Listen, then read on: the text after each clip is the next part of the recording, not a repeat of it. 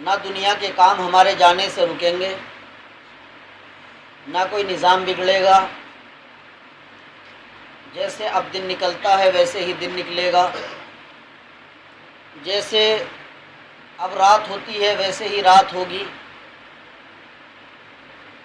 گرمی اور سردی بھی ہوتی رہے گی، خنک ہوائیں بھی چلتی رہیں گی، اور ہر شخص ایسے ہی کر کے ایک ایک کر کے اپنی قبر میں چلا جائے۔ کسی کے جانے سے کوئی نظام نہیں بگڑے۔ انسان سوچتا ہے کہ میں اگر چلا گیا تو میرے گھر کا یا میرے بچوں کا یا میرے کاروبار کا نظام خراب ہو جائے گا، لیکن ایسا کچھ نہیں ہے۔ جب سے دنیا بنی ہے، جب سے اب تک دنیا چل رہی ہے، اور جب تک قیامت آئے گی یہ چلتی رہے گی۔ کسی کے جانے سے نہ کام کوئی رکا ہے نہ رکے گا۔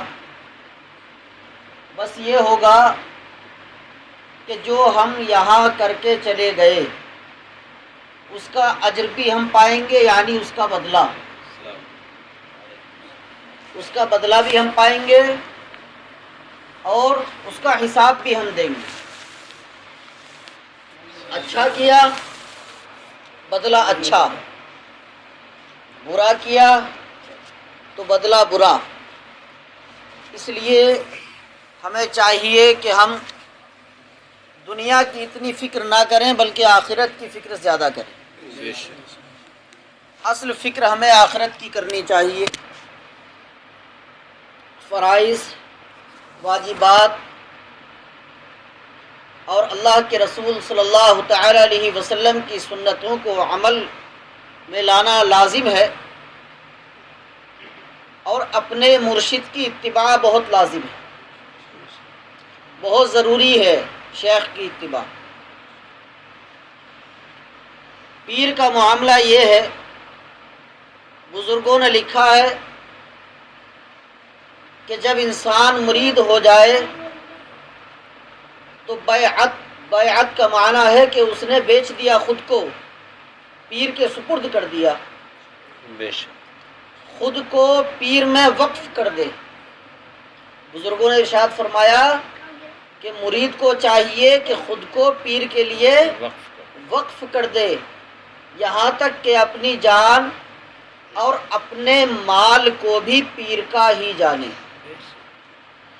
یعنی جو اس کا مال ہے اس کو یہ سمجھتا رہے کہ اس کا اصل مالک میرا مرشد ہے، میرے جسم کا میری جان کا مالک میرا مرشد ہے۔ یوں تو مالک حقیقی ہر چیز کا اللہ تعالی ہے، لیکن دنیا میں اللہ تعالیٰ نے جو ملکیت عطا فرمائی ہے، ملک عطا فرمائی ہے انسان کو، تو وہ سمجھتا رہے کہ اس پر میرا حق بعد میں ہے، مجھ سے پہلے میرے پیر کا حق ہے۔ پیر کہہ دے کہ ساری دولت کو پانی میں بہا دے تو کامیاب مرید وہ ہے جو ذرا سی دیر نہ لگائے۔ پیر کہہ دے کہ گردن کٹا دے، کامیاب مرید وہ ہے کہ پیر کے اشارے پر سر کو آگے کر دے۔ پیروں کی بارگاہ میں امتحان بھی بڑا سخت ہوتا ہے۔ ایک پیر صاحب اپنے ایک مرید سے بڑی محبت فرماتے تھے۔ نفس کی فطرت اور شرارت کہ کچھ لوگوں کو حسد ہونے لگا کہ پیر صاحب اس سے ہی محبت کیوں فرماتے ہیں۔ تو جس نے اس پر اعتراض کیا، پیر صاحب نے جواب دینے کے لیے ایک روز اس شخص سے کہا کہ یہ جو ہماری خانقاہ میں اونٹ بندھا ہوا ہے اس کو اپنی کمر پر لادو اور کمر پر لاد کر چھت پر چھوڑاؤ۔ تو وہ کہنے لگا کہ حضور یہ بات تو بڑی ناممکن ہے، میں تو بڑا کمزور ہوں، میں اس اونٹ کو اپنی کمر پر نہیں لاد سکتا، اور یہ ناممکن ہے کہ میں اسے اپنی کمر پر لاد کر چھت پہ لے جاؤں، یہ کیسے جا سکتا ہے؟ پھر پیر صاحب نے اپنے اس مرید کو بلایا جس سے وہ زیادہ محبت کرتے تھے، اس سے بھی یہی کہا کہ تم اس اونٹ کو اپنی کمر پر لادو اور اسے چھت پر چھوڑ کر آؤ۔ وہ مرید جلدی سے گیا، کہیں سے رسی لایا، اونٹ کی رسی باندھی، اپنی کمر پہ رسی باندھی اور اس کو اپنی کمر پر لادنے کی کوشش کرنے لگا۔ تو پیر صاحب اس کے پاس گئے اور کہا کہ بھائی تجھے یہ معلوم ہے کہ تو اسے کمر پہ نہیں لاد سکتا، چھت پہ نہیں لے جا سکتا، تو نے یہ کیوں نہیں کہا کہ سرکار میں اس کو اپنی کمر پہ لاد کے چھت پہ نہیں لے جا سکتا؟ تو مرید کہنے لگا کہ حضور آپ کا جب حکم ہو گیا کہ اسے لاد، تو اب یہ لدے میری کمر پر یا نہ لدے، مجھ سے اوپر جا سکے یا نہ جا سکے، لیکن آپ نے جب حکم فرما دیا کہ اپنی کمر پر اسے لاد کر چھت پر چھوڑ آؤ، تو میں نے تو آپ کے حکم پر کام شروع کر دیا، آگے آگ جانا۔ میرا مطلب تو آپ کے حکم پر عمل کرنا تھا، وہ میں نے شروع کر دیا۔ تو پیر صاحب نے اس مرید سے جو اعتراض کرتا تھا کہ اس سے زیادہ محبت ہے، اس سے فرمایا کہ دیکھا تجھ میں اور اس میں یہ فرق ہے، اس لیے میں اس سے زیادہ محبت کرتا ہوں کیونکہ یہ میرا زیادہ وفادار، زیادہ فرما بردار ہے۔ تو مریدوں کی فہرست تو بہت ہوتی ہے، لیکن مرید صادق چند ہی ہوتے جنہیں کہ سچا مرید کہا جاتا ہے۔ ایک بزرگ کا ایک شہر میں جانا ہوا، انہوں نے یہ اعلان کر دیا کہ حشر کے میدان میں میرے سارے مرید میری چادر کے نیچے ہوں گے، یہ انہوں نے کہہ دیا۔ مریدوں کا امتحان بھی بڑا سخت ہوتا ہے، اور پیر کا امتحان بھی اللہ کی طرف سے بہت سخت ہوتا ہے۔ یہ اعلان انہوں نے کر دیا کہ حشر کے میدان میں میرے جتنے مرید ہیں میری چادر کے نیچے ہوں گے۔ اب یہ کہہ دیا، کہنے کے بعد شہر میں یہ بات پھیلی، لوگوں نے حالات دیکھے اور پورا شہر مرید ہو گیا، پورا شہر مرید ہو گیا۔ بات بادشاہ تک پہنچ گئی، بادشاہ نے اپنے دربار میں ان کو بلایا اور پھر کہا کہ میں نے سنا ہے کہ آپ نے اعلان کیا ہے کہ میرے جتنے مرید ہیں سب حشر کے میدان میں میری چادر کے نیچے آئیں گے، کیا یہ صحیح ہے؟ اور ایسا کیسے ہو سکتا ہے؟ ایسا کیسے ہو سکتا ہے؟ تو شیخ صاحب نے کہا کہ ہاں میں ثابت کر سکتا ہوں۔ اب یہاں سے پیر صاحب کا امتحان شروع ہو گیا۔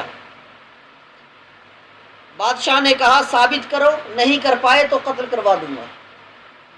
انہوں نے کہا مجھے وقت چاہیے۔ بادشاہ نے کہا ٹھیک ہے وقت لے لو۔ وقت لے لیا۔ رات کو پیر صاحب بادشاہی دربار میں گئے اور جان کر کچھ ایسی حرکت کی کہ لوگوں نے ان کو پکڑ لیا کہ یہ چور ہے، یہ چوری کر کے بھاگ رہا تھا۔ پورے دربار میں ہنگامہ ہو گیا کہ فلاں شیخ صاحب تو چور نکلے، ہم تو ولی سمجھ رہے تھے۔ صبح ہوتے ہی پورے شہر میں بات پھیل گئی، اور وہی لوگ جو مرید ہوئے تھے وہ کہنے لگے ارے ہم تو اس کو ولی سمجھ رہے تھے، یہ تو چور نکلا، یہ تو ظالم نکلا، یہ تو مکار نکلا، یہ تو ایسا ہے، یہ تو ویسا ہے۔ اور پھر پورا شہر جمع ہو گیا۔ بادشاہ نے کہا کہ سارا شہر جمع ہو جائے اور سارا شہر دیکھ لے کہ جسے وہ اپنا پیر مان رہے تھے وہ حقیقت میں کیسا ہے، وہ ایک چور ہے جو شاہی دربار میں چوری کر رہا تھا۔ سارا شہر جمع ہو گیا، مجمع لگا ہوا ہے، بادشاہ بھی بیٹھا ہوا ہے، وہ مجرم کی طرح سامنے کھڑے ہوئے ہیں، اور بادشاہ کہتا ہے کہ ان کو کوڑے مارو۔ جیسے ہی کوڑے مارنے شروع کیے کہ 4-5 مرید بھاگ کے گئے اور پیر صاحب کو چاروں طرف سے گھیر لیا کہ ہمارے پیر کے عوض ہمیں مار لو لیکن ہمارے پیر پر کوڑے نہیں پڑنے چاہیے۔ سارا شہر مرید تھا، سارا شہر وہاں کھڑا ہوا ہے۔ پیر صاحب کو کوڑے لگنے شروع ہوئے، 4-5 مرید گئے، کوڑے کھانے لگے، اور جب کوڑے ان کی کمر پر پڑنے لگے تو بادشاہ نے کہا، شیخ صاحب نے کہا کہ بادشاہ رکنے کا حکم دیا جائے، میں کچھ کہنا چاہتا ہوں۔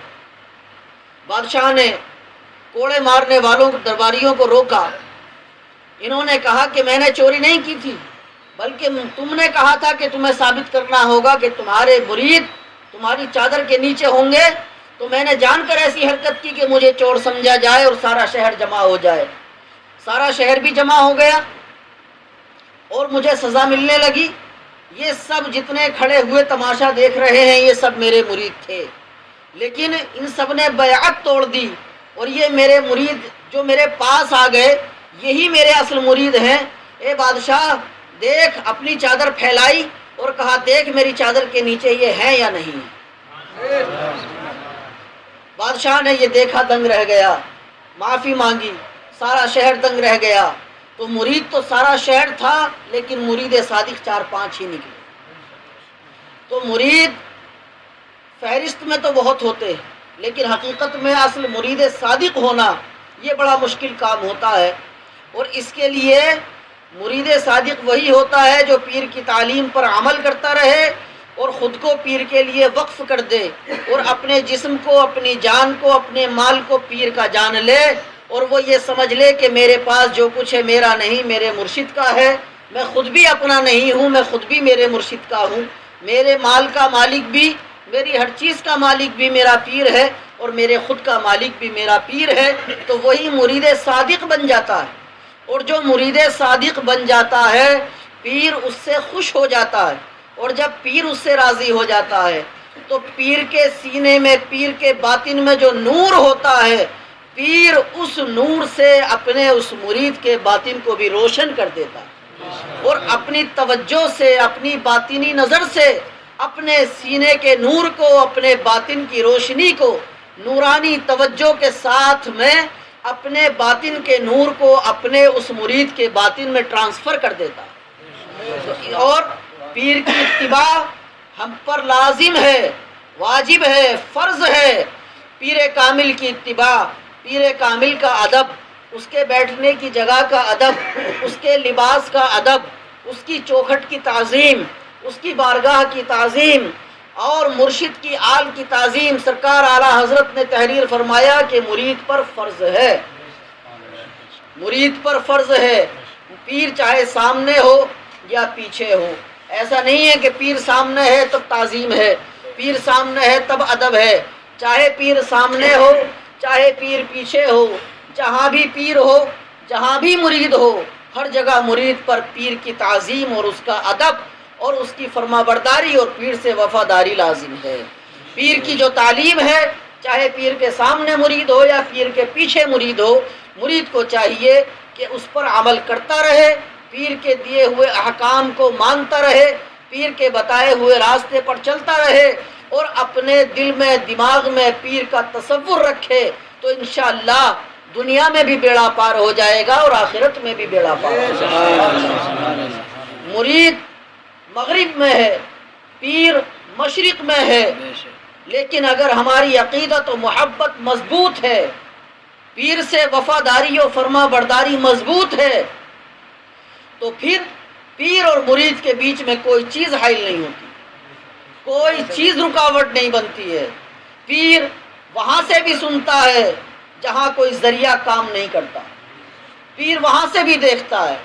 بس ہماری عقیدت مضبوط ہونی چاہیے، ہماری محبت مضبوط ہونی چاہیے، ہمارے اندر فرما برداری و وفاداری مضبوط ہونی چاہیے، اور جب پوری وفاداری ہمارے اندر آ جاتی ہے تو پھر مرید کو یہ کہنے کی ضرورت نہیں ہوتی ہے کہ میرے پیر مجھے بچا لو، بلکہ پیر کہتا ہے کہ میرے مرید تو کدھر جا رہا ہے، ادھر سے بچ اور ادھر کو چلا جا۔ اس پیر خود اس کے ذہن کو گھما دیتا ہے، پیر خود اس کے دل کی کیفیت کو بدل دیتا ہے۔ بس تصور شیخ ہونا چاہیے، پیر سے محبت ہونی چاہیے، اور پیر کے بتائے ہوئے راستے پر چلنا چاہیے۔ اور پیر کامل کیا راستہ بتاتا ہے؟ اللہ تعالیٰ کی اطاعت کا اور رسول پاک صلی اللہ تعالی علیہ وسلم کی اتباع کا راستہ بتاتا ہے۔ پیر کبھی نہیں کہتا کہ مجھے پیسے لا کے دے دے، پیر نہیں کہتا کہ مجھے سونا چاندی لا کے دے دے، بلکہ پیر کہتا ہے کہ اللہ کو مان لے، اللہ کے نبی کو مان لے، اللہ کی مان اور اللہ کے رسول کی مان، اولیاء کرام کی مان، صراط مستقیم پر چل۔ یہی تعلیم پیر کامل کی ہوتی ہے، اور اس پر انسان جب عمل پیرا ہو جاتا ہے تو پھر دنیا میں بھی کامیاب ہو جاتا ہے اور آخرت میں بھی بامراد ہو جاتا ہے۔ بغیر پیر کے کہیں کچھ نہیں ہے۔ ہمارے پیر و مرشد حضور تاج الاصفیاء قطب حق غوث زماں حضور خواجہ صوفی اختر حسین نقشبندی مجددی رحمت اللہ تعالی علیہ فرماتے تھے کہ بغیر مرشد کے کہیں کچھ نہیں ہے، یہاں تک کہ جب میں نے خود کو رسول پاک صلی اللہ تعالی علیہ وسلم کی بارگاہ میں حاضر پایا تو اپنے مرشد کے ساتھ میں حاضر پایا۔ تو پیر کے بغیر کہیں کوئی رسائی نہیں۔ مرشد کے بغیر نہ ولیوں کی بارگاہ میں رسائی ہے، نہ نبی پاک کی بارگاہ میں رسائی ہے، نہ رب کی بارگاہ میں قرب ہے، کیونکہ اگر ڈائریکٹ قرب مل جاتا رب کی بارگاہ کا، یہ رسائی ہو جاتی، سرکار پاک کی بارگاہ میں مقبولیت ہو جاتی، ولیوں کی بارگاہ میں مقبولیت ہو جاتی، تو سرکار غوث اعظم، سرکار خواجہ غریب نواز، سرکار مجدد الفسانی، سرکار حضور شاہ نقشبند، سرکار حضرت عبدالسلام اور تمام اولیاء کرام کو پھر کسی کو پیر بنانے کی اور مرید ہونے کی ضرورت نہ پڑتی۔ لیکن پیر کے بغیر منزلیں طے نہیں ہو سکتی ہیں، پیر کے بغیر سفر مکمل نہیں ہو سکتا ہے، پیر کے بغیر یہ راستے طے نہیں ہو سکتے ہیں، پیر کے بغیر منزلوں تک نہیں پہنچ سکتا، اسی لیے پیر بنانا ضروری ہوتا ہے۔ اور جب پیر بنا لیا تو بنا لیا، اب پیر کے پیچھے پیچھے جب چلنے لگا تو پھر انسان اپنی عقل نہ دوڑائے، بس پیر کی مانے، پیر کے حکم پر چلے کہ کامیاب ہو جائے۔ حضرت جنید بغدادی نے دریا پار کیا، آپ دریا پار کر رہے تھے، اللہ اللہ کرتے تھے، آپ اللہ کا ذکر فرماتے تھے، دریا پار کر رہے تھے، ایک چاہنے والا آ گیا پیچھے سے، آپ کے دریا پار کرنے کا انداز ایسا کہ دریا میں جوش تھا، پانی زیادہ تھا، پانی پر چل کر دریا پار کر رہے، پانی پر چل کر چاہنے والے نے دیکھا، کہا حضور میں بھی پار کرنا چاہتا ہوں، تو کہا کہ آ جا، کیا کہوں سرکار، یا جنید کہتا ہوا آ جا۔ اب آ گیا بیچ میں بہکانے والا، شیطان آ گیا، شیطان نے کہا یہ تو اللہ اللہ کرتے ہیں، اور اللہ اللہ کر کے جب یہ دریا پار کر سکتے ہیں تو اللہ اللہ کر کے تو بھی دریا پار کر سکتا ہے، تو کیوں یا جنید کہتا ہے؟ اس نے جو اللہ اللہ کہنا شروع کیا تو غوطے مارنے لگا کہ ڈوبنے لگا، جب ڈوبنے لگا غوطے کھانے لگا، بولا سرکار بچائیے، آپ نے فرمایا یا جنید کہتا ہوا آ جا۔ اب اس نے سوچا کہ پوچھ تو بعد میں بھی لوں گا، فی الحال جان تو بچے، یا جنید کہنا شروع کیا اور یہ ڈوبنے سے بچ گیا، باہر نکلا۔ اس نے عرض کیا کہ حضور آپ تو اللہ اللہ کرتے ہیں، آپ تو دریا پار کر رہے تھے، رب کا ذکر کرتے ہیں، اور میں نے جب اللہ اللہ کرنی شروع کی تو میں ڈوبنے لگا، آپ نے فرمایا یہ نہ دیکھ کہ تو کیا کہہ رہا تھا، بلکہ یہ دیکھ کہ کہلوانے والا کون ہے، کہلوانے والا کون ہے۔ تو اس لیے بس پیر نے جو کہہ دیا اس کو مان لو، اسی میں کامیابی ہے۔ ہمیں لگ رہا ہے کہ یہ صحیح نہیں ہو رہا، پھر بھی کر لو، کیونکہ پیر کا حکم ہے، اس کے آگے اب پیر جانے اور رب جانے، ہاں پیر جانے اور رب جانے، اور پیر بنایا ہی اس کو جاتا ہے جو پیر بننے کے لائق ہوتا ہے، جو پیر کامل ہوتا ہے، شیخ کامل ہوتا ہے۔ کسی مکار کو یا کہ کسی دھوکے باز کو یا دنیا دار کو یا بدعمل کو پیر نہیں بنایا جاتا ہے، پیر بنایا ہی اس کو جاتا ہے کہ جو شیخ کامل ہوتا ہے، اللہ کی طرف سے جسے بزرگی دی جاتی ہے۔ تو ہمیں سب کو چاہیے کہ اپنے مرشد کی پوری فرما برداری، اتباع، مرشد سے وفا، مضبوط عقیدت و محبت ہمارے اندر ہونی چاہیے، اور جب یہ چیز ہمارے اندر پیدا ہو جائے گی تو یقیناً پیر کا فیض بھی ہمیں ملے گا۔